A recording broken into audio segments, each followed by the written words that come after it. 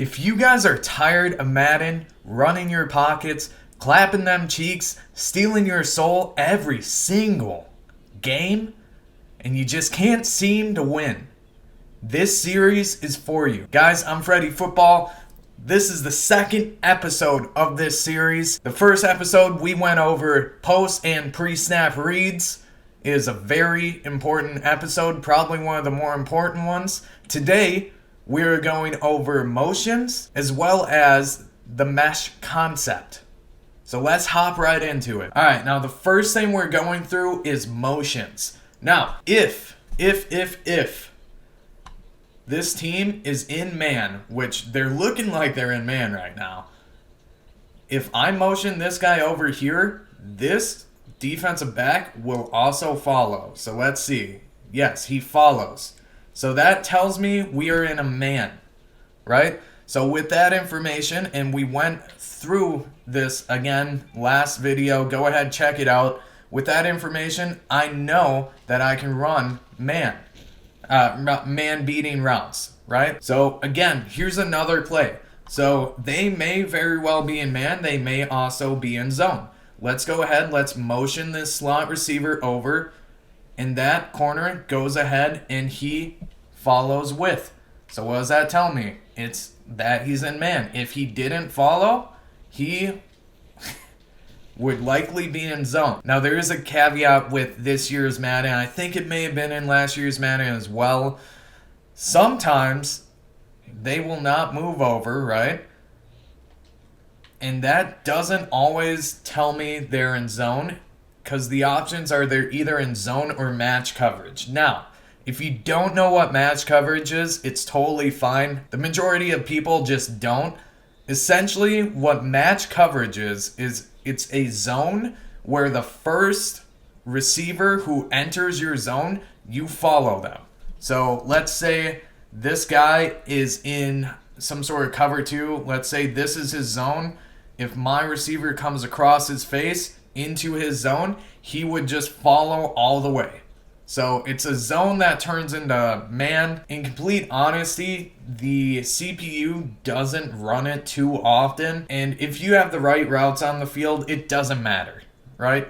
So here with this, no one came over. So I'm assuming they're in a zone. They're showing me a cover 2 look. So we're going to assume they're in some sort of cover 2, but they're not. They're in a cover 3, right?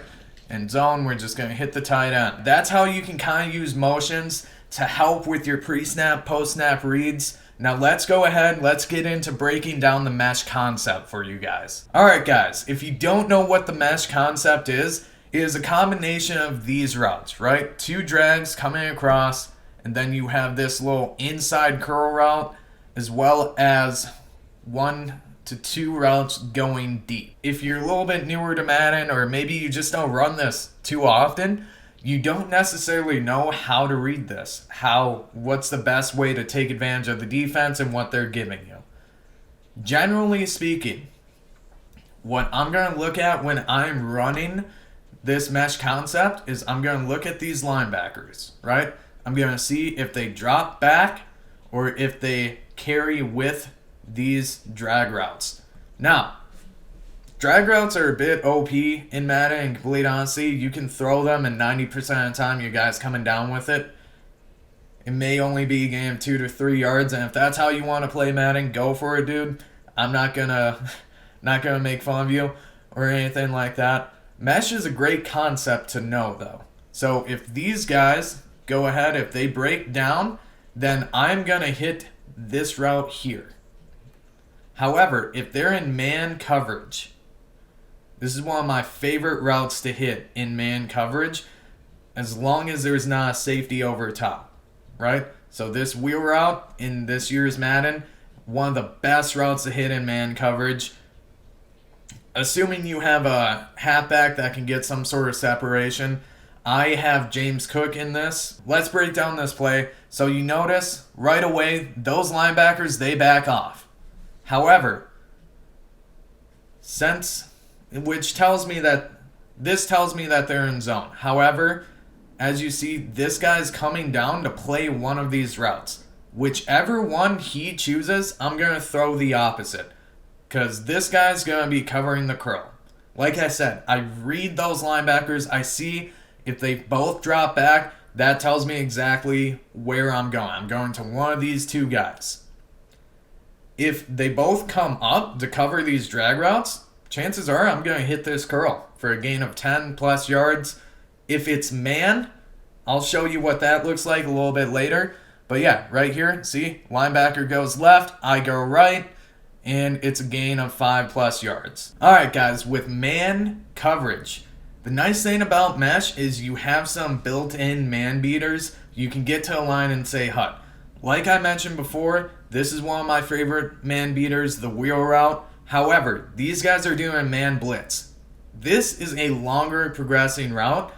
I don't typically have the time on a man blitz to hit it.